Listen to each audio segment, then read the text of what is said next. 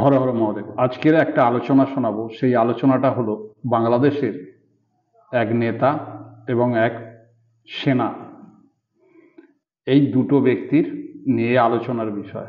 আলোচনাটা হলো বাংলাদেশি মানুষ, তিনি প্রতিবাদ করছে ভারতবর্ষের এই কাপড় চোপড় আমরা ব্যবহার করব না, পুড়িয়ে দিচ্ছে। জানি না ওটা সত্যিকারের ভারতের কাপড় কিনা। দেখা যাচ্ছে আন্দোলন করতে গেলে, নেতা হতে গেলে অনেক কিছু অভিনয় করতে হয়। সেই অভিনয়ে উনি করছেন কিনা জানি না, কিন্তু শুধু পোশাকটা পরালেন, আর সব বস্তুগুলো যেসব যাচ্ছে বগি ভর্তি হয়ে, ট্রেন ভর্তি হয়ে রিটার্ন করেছেন, কোনোদিন করেননি। এই হিংসাত্মকগুলো দূর করুন। হিন্দু মুসলমান সমন্বয়ে বাঁচুন। যে কটা দিন এই পৃথিবীতে আছি সবাই তো ছেড়ে চলে যাব। হিংসাত্মক মনোভাবকে দূর করুন, নিজেও ভালো থাকুন, অপরকে ভালো রাখুন। ওইভাবে আন্দোলন করবেন না কাপড় চোপড় পুড়িয়ে।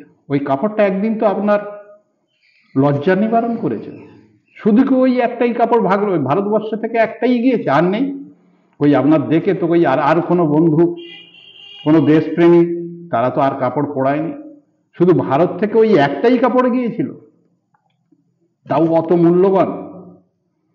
তাহলে আপনি কত দামি নেতা বলুন তো, যে দেশের মানুষের এত দুঃখ কষ্ট, আর আপনি নিজের স্ত্রীর জন্য অত দামি কাপড় পরিয়েছেন।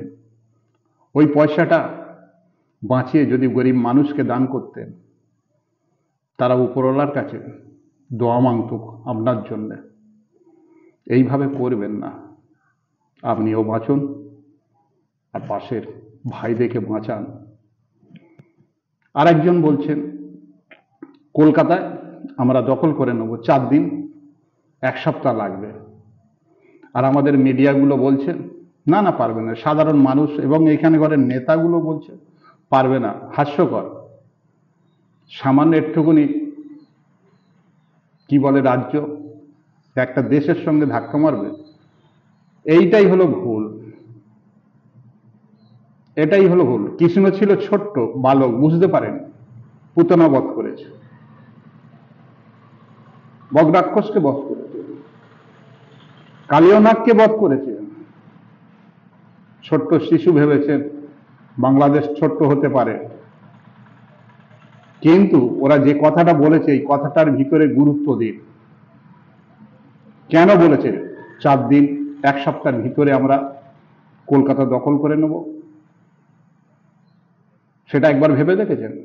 যদি দেখা যায় যে জঙ্গি জঙ্গি করছেন এই সেই কলকাতা চত্বরে, নদিয়া ফদিয়া হাওড়া হুগলি বর্ধমান বীরভূম কলকাতা সর্ব জায়গায় যদি এই মাওবাদী জঙ্গি ভরে রাখে বম সমেত, ওরা তো এক একটা বম যেখানে থাকবে ব্লাস্ট করবে। আপনি কতক্ষণ টিকতে পারবেন?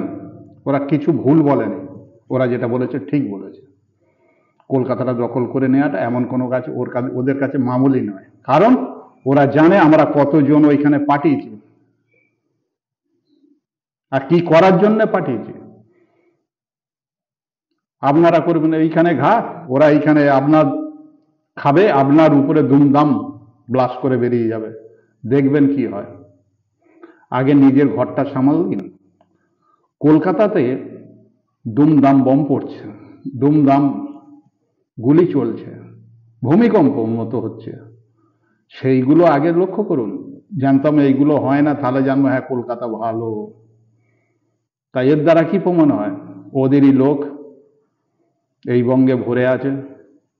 আগে সেইগুলো খুঁজুন, তারপর বমগুলি বাজান, আর বড় বড় কথাগুলো বলতে থাকুন ওদের। পারবে না পারবে না, ছোট্ট একটা দেশ। হর হর মহাদেব। আমার এই চিন্তাধারা যদি ভুল হয় সেটাও বলবেন, কমেন্ট হলে সেটা বলে, কেউ কিন্তু গায়ে নেবেন না।